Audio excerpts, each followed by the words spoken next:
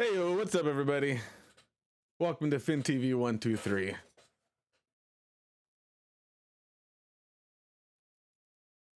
Trying out something a little bit different today. We are going to be reading news, video game news, and oops. If you watch the latest Xbox showcase, you can see that Xbox has finally landed. We are reading video game news because I need to up my content because I'm an affiliate now. Camera looks a little weird.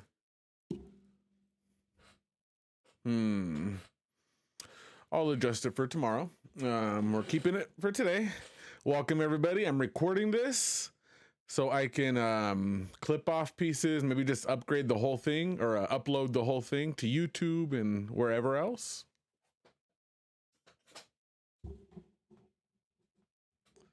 Welcome to FinTV, everybody.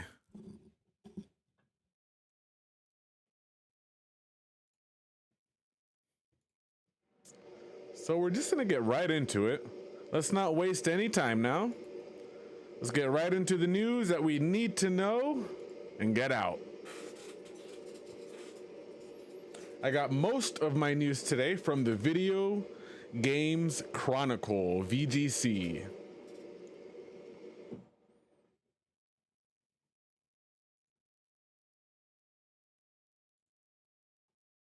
First story. So, chat, if you're chatting with me, probably not. I probably have nobody here with me at the moment.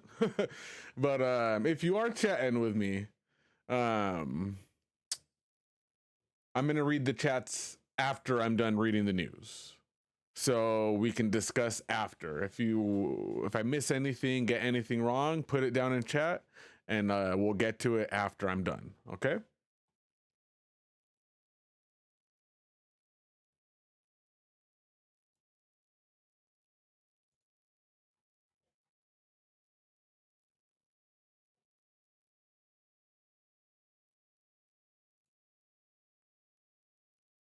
So,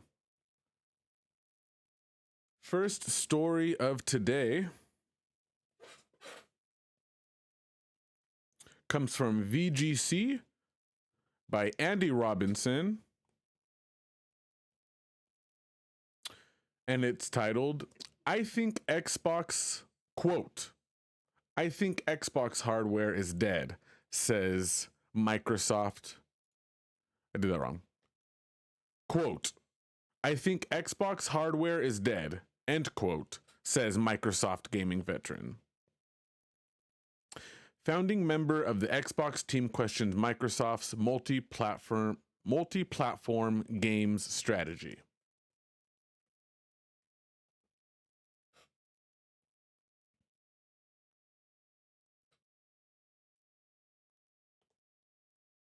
So this lady posted this video, completely just if you ask me, she's dragging Xbox through the mud. Just had nothing good to say about Xbox.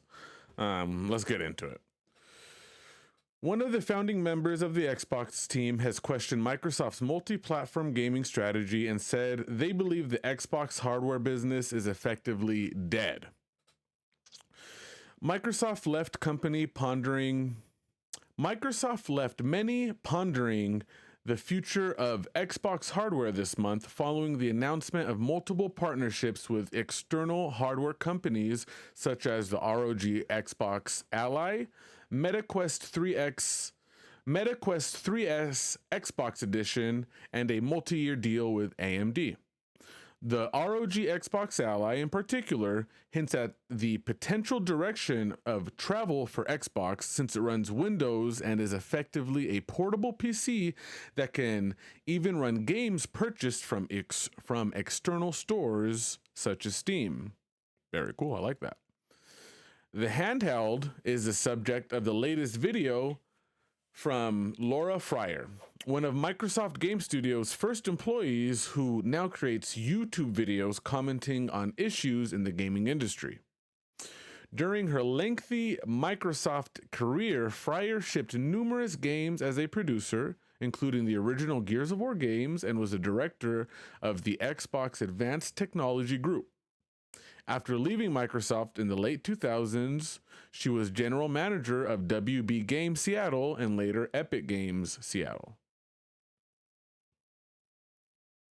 In this video, Fryer calls the Xbox Anywhere message just marketing and style with no substance, and says she believes the ROG Xbox Ally as essentially one of Asus's portable PCs rebranded offers little attraction to consumers. Obviously, as one of the founding members of the Xbox team, this is her quote, "I'm not pleased with where things are today. I don't love watching all the value that I helped create slowly get eroded away," she says. "I'm sad because from my perspective, it looks like Xbox has no desire or literally can't ship hardware anymore. So this ROG Ally partnership is about a slow exit from the hardware business completely." Right away, I'll say to that is, yes, it obviously is. They've been saying this and wearing it on their sleeve for a while now. I think that they're kind of slowing down their hardware production because they want to focus on putting games everywhere and making sure no matter where you are, you have an Xbox. Xbox is going to be everywhere. So she's kind of stating the obvious, you know. She continued, "Personally, I think Xbox hardware is dead. The plan appears to be just drive everybody to Game Pass. And let's be clear, it has a lot of value. I'm thinking that might be why they decided to charge $80 for Outer Worlds 2. And here's the thing, maybe it will work. Xbox has a deep portfolio. The remake of Oblivion was obviously a huge success, and they can continue to outsource that work to external companies and make a lot of money releasing their older games. Older games from an era when Xbox knew how to build them.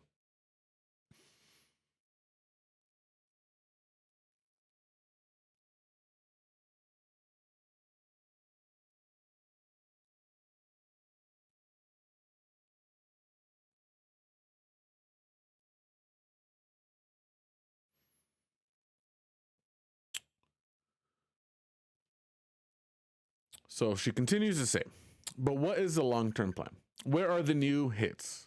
What will make people care about the Xbox 25 years from now? I was excited to see Clockwork Revolution in the showcase, but will something like that be enough? Do they have more?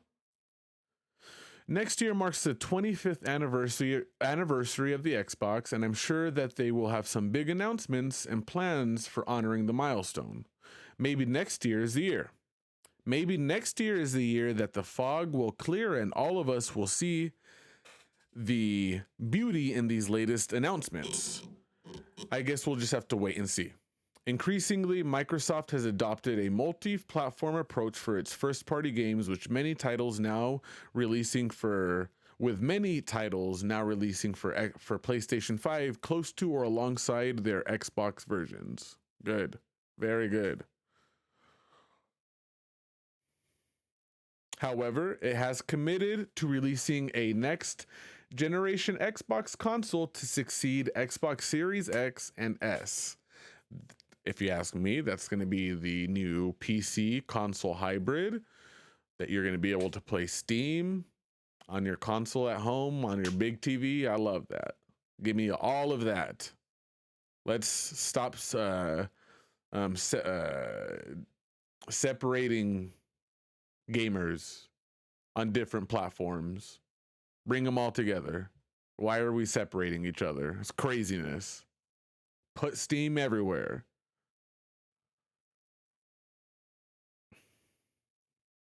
Okay, that's that. Yeah, I have a couple notes. I think I already said it all. Xbox has not been selling they haven't been selling a lot of hardware for a long time now. They've been losing the console game for a while. and they've been adjusting for a while now. Everything's an Xbox. You can play Xbox anywhere, and it's becoming more and more real. The future is no more exclusives. You know, Halo is going to be on PlayStation, and that's a good thing. Sony needs to catch up with that and start putting their games everywhere as well. They're going to have to, because all the games Sony's making as of late are really bad. They're making a bunch of live service garbage that most of it's getting canceled. And the best game that they've released is fucking Astrobot. Got game of the year, yeah, but like, I don't know. Come on.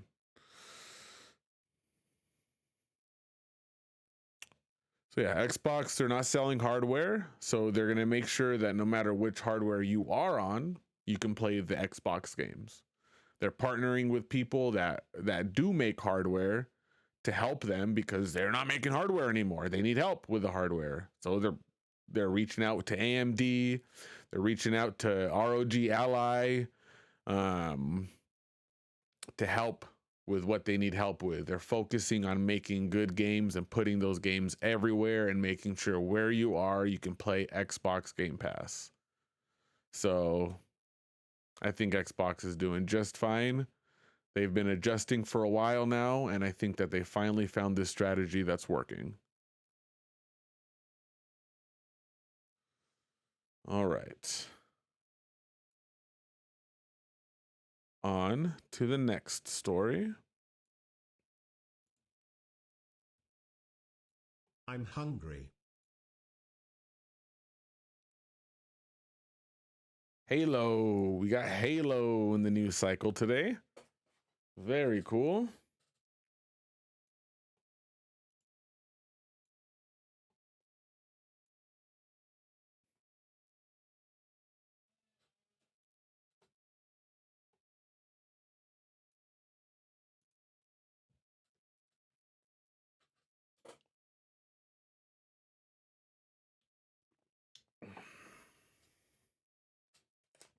So for story number 2.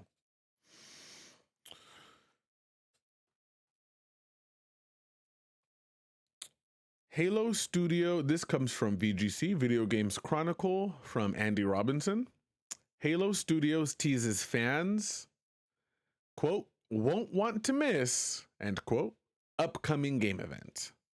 The Halo developer dates its next big game news following last year's Unreal Engine reveal.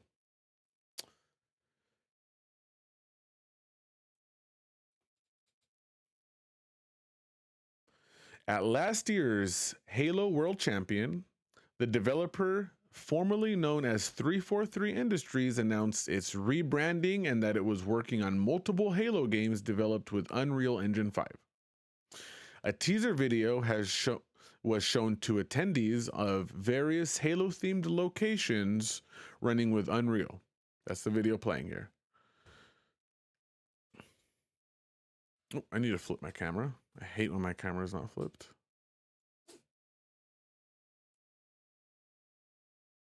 There we go. That's better.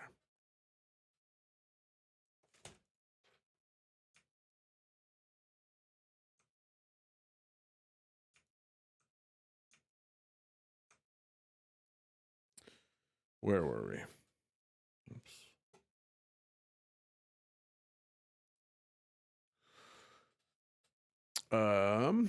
A teaser video was shown to attendees of various Halo-themed locations running with Unreal, with the studio stressing that the footage wasn't a game, but a glimpse of what it might be able to achieve with Unreal 5.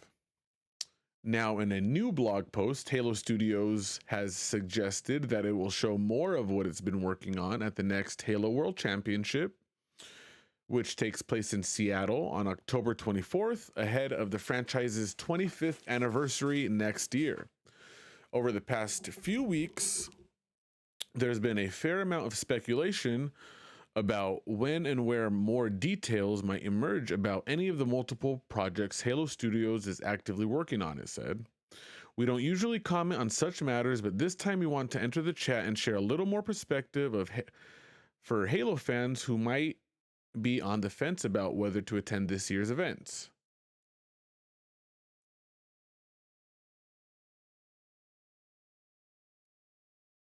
Fucking autoplay. Turn autoplay off.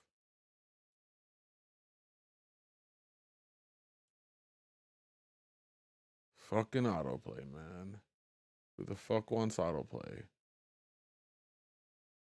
It's off. Why did the next fucking video play if autoplay is fucking off?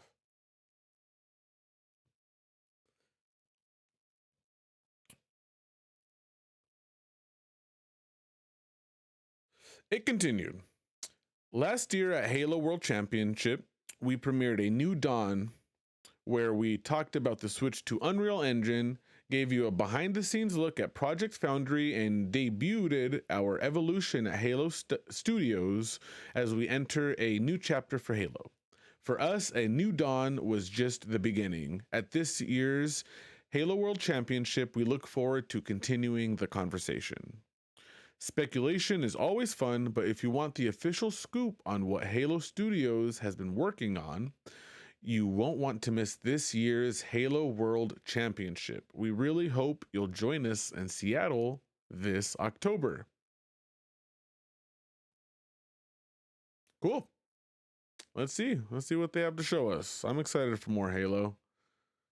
I always want more Halo. I enjoyed Halo Infinite. I didn't think it was bad. Wish it launched a little better and more complete, but I enjoyed it and it felt amazing. I'll die. I will always say that Halo Infinite feels incredible. It feels like Halo should. So let's see what they got to show us with the new Halo. Halo Studios. Let's see what they got for us. Next story. You got Nintendo.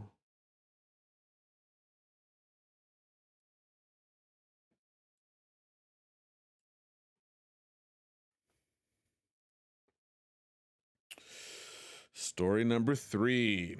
Nintendo announces Switch price increases in Canada amid US trade tension.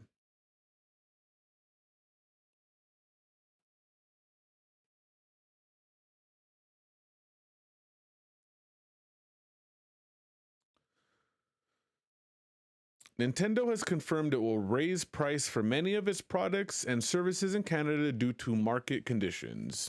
Affected products include Nintendo Switch, OLED model, Nintendo Switch Lite, physical and digital Nintendo Switch games, and Nintendo Switch accessories. Other Nintendo products, including Amiibo and Nintendo Switch Online memberships, will also see price increases, Nintendo said. The Nintendo Switch 2, along with its accessories and software, will remain at their current price points. So Switch 2 is unaffected. It's just the old Switches that are going up in price. That's really interesting. New pricing information will be shared on the Nintendo Canada website on August 1st. The United States and Canada have imposed tariffs on each other's goods since President Trump sparked a trade war earlier this year.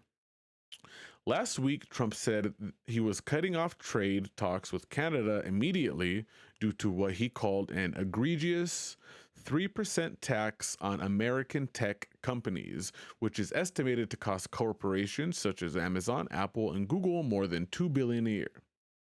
The global economy has already seen price increases in the video game console market even before many of Trump's tariffs were introduced earlier this year. Notably, Nintendo was forced to delay pre-orders for Nintendo Switch 2 in the US before it announced new, higher prices for many of the console's accessories. In May, Microsoft announced it was raising prices on Xbox consoles globally, with the US price of a 1TB Xbox Series X going up from $499 to $599, and a 2TB version going up from $599 to $729. Xbox Series S consoles, meanwhile, have been given an $80 price increase.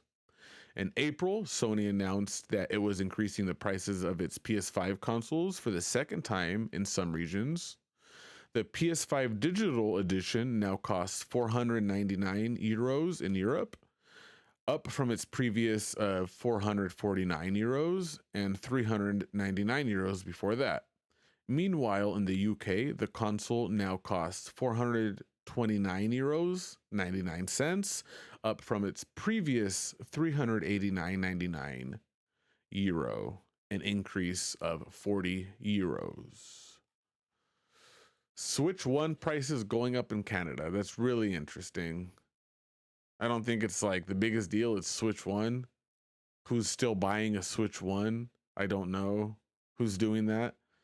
But if you're buying a Switch 1 in Canada, your prices are up. Just get a Switch 2.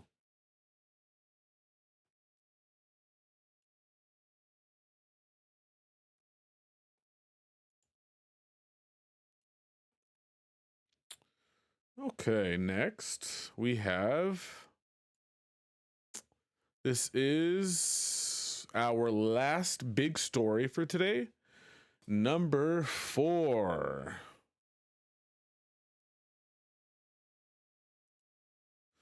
Capcom reveals, and this is also from VGC, Video Games Chronicle, from Andy Robinson.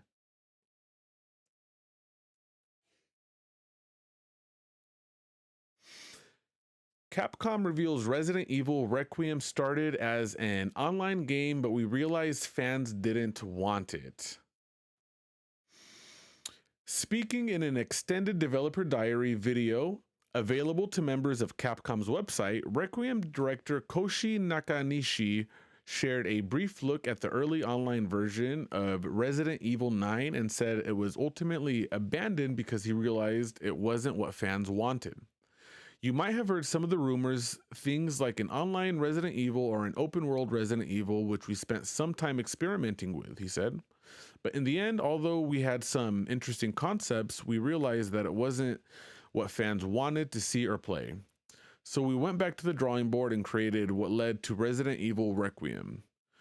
The first word of Resident Evil 9's online origins came from prolific series insider Dusk Golem, who wrote on social media last month that the game started development in 2017, starring series protagonists Leon and Jill. According to Golem, the original version of RE9 was trying to be the opposite of first-person entry RE7, but the project got a pretty heavy reboot in 2021, around the time Village came out. On Thursday, Capcom premiered the first Resident Evil Requiem gameplay, showcasing the game's first and third-person views. Resident Evil Requiem was announced earlier this month at the Game Awards and is releasing on February 27th on PS5, Xbox Series X and S, and PC. The game will mark a bold shift for the franchise. I've heard that so many times. A bold shift for the franchise.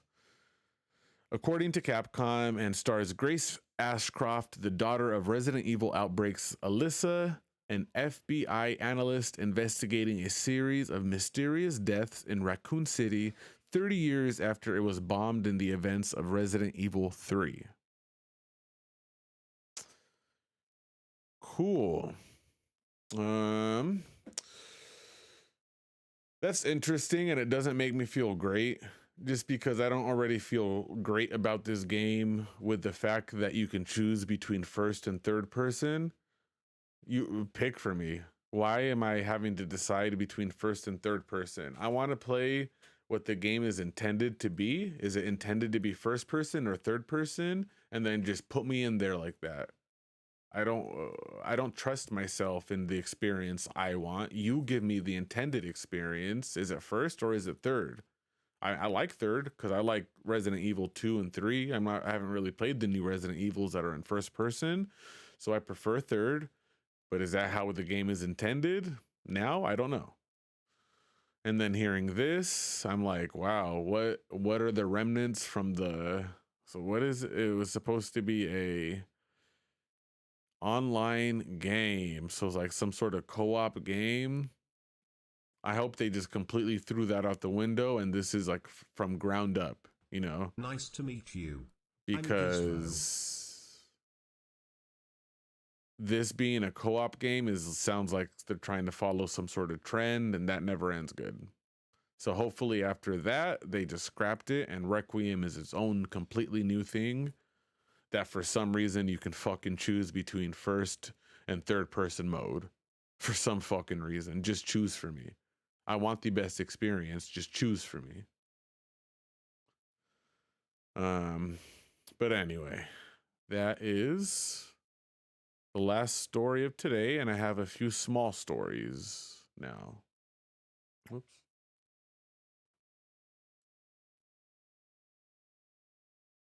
So we got a few small stories here that we'll just blaze through before ending the show and reading if anybody left any comments or whatever. So, small news.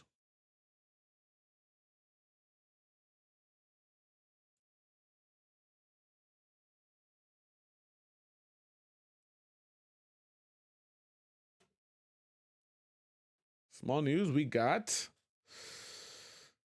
Where'd it go? Where'd my news go? Where'd my story go? There it is. EA Sports is teasing its first NCAA March Madness college basketball game in 16 years.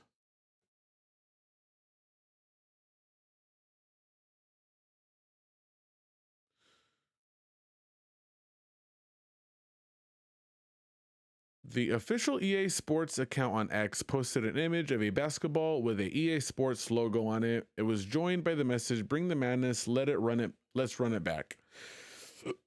EA released its first college basketball game, NCAA March Madness 98, on the original PlayStation back in 98. This was followed by annual releases until the series ended with NCAA Basketball 10, which released in November 2009 on PS4 and Xbox 360.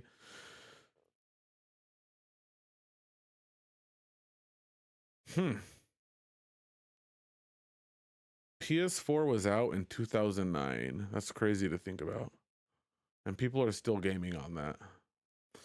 The use of the phrase "bring the madness" implies that the returning game will once again have the March Madness name instead of the NCAA basketball game used for the last couple of games in the series, but this is by no means confirmed. All right.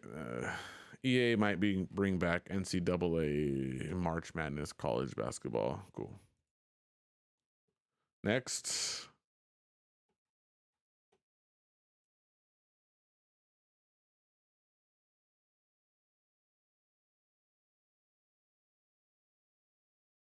Battlefield's latest leaked gameplay video shows 15 minutes of a new mode. 15 minutes of new gameplay from EA's next Battlefield game has leaked. The gameplay, which originates from the ongoing closed testing of the game, shows the Rush game mode. Rush has appeared in multiple Battlefield games and sees a team of attackers who have a limited number of respawns taking on a team of defenders while they try to destroy objectives. Okay, leaked Battlefield gameplay, cool. I think some people are excited about it. It looks good. I don't play Battlefield, but go try to find the leaked gameplay video if you want. Last story.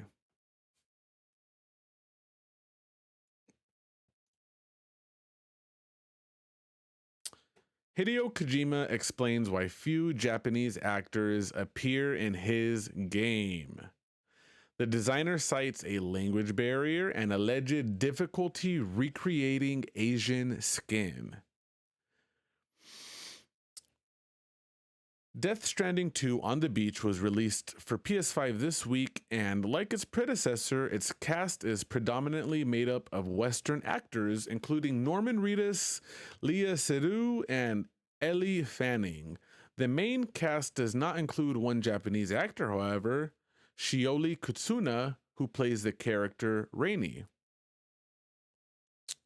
IGN Japan asked Kojima why he chose to cast Kutsuna in the role and why he puts few Japanese actors into his games, despite Kojima Productions being based in Tokyo.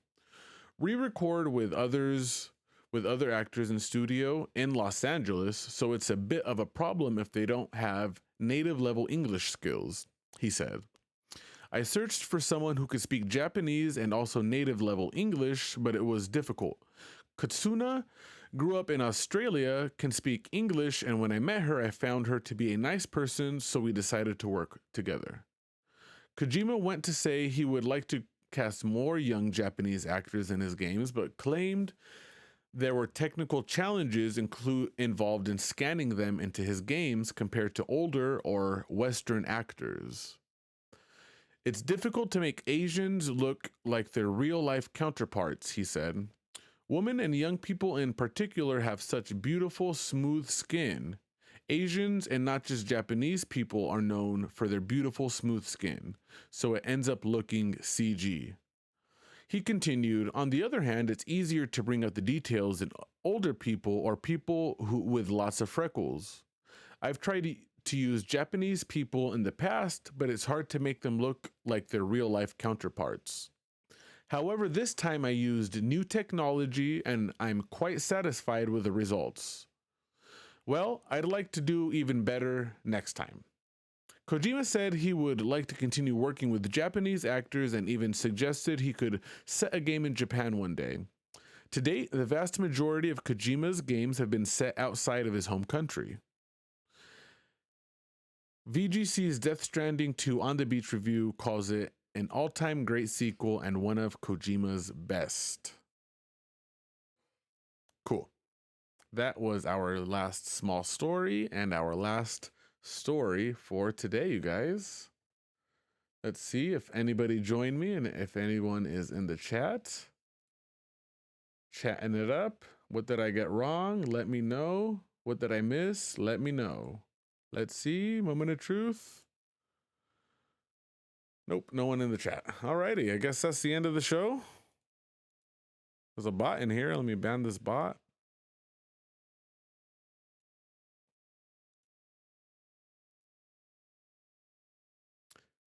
This has been the gaming news you need to know, everybody. Is Xbox dead? No, it's not. That lady is tripping. I don't think Xbox is dead at all. Hideo Kojima has trouble reproducing Asian skin in games. Asians do have very nice skin, I got to say. They got the best skin in the game. That's the news for today, you guys. FinTV123. Don't forget to follow, like, subscribe, all that jazz. I'll see you guys next time. Bye.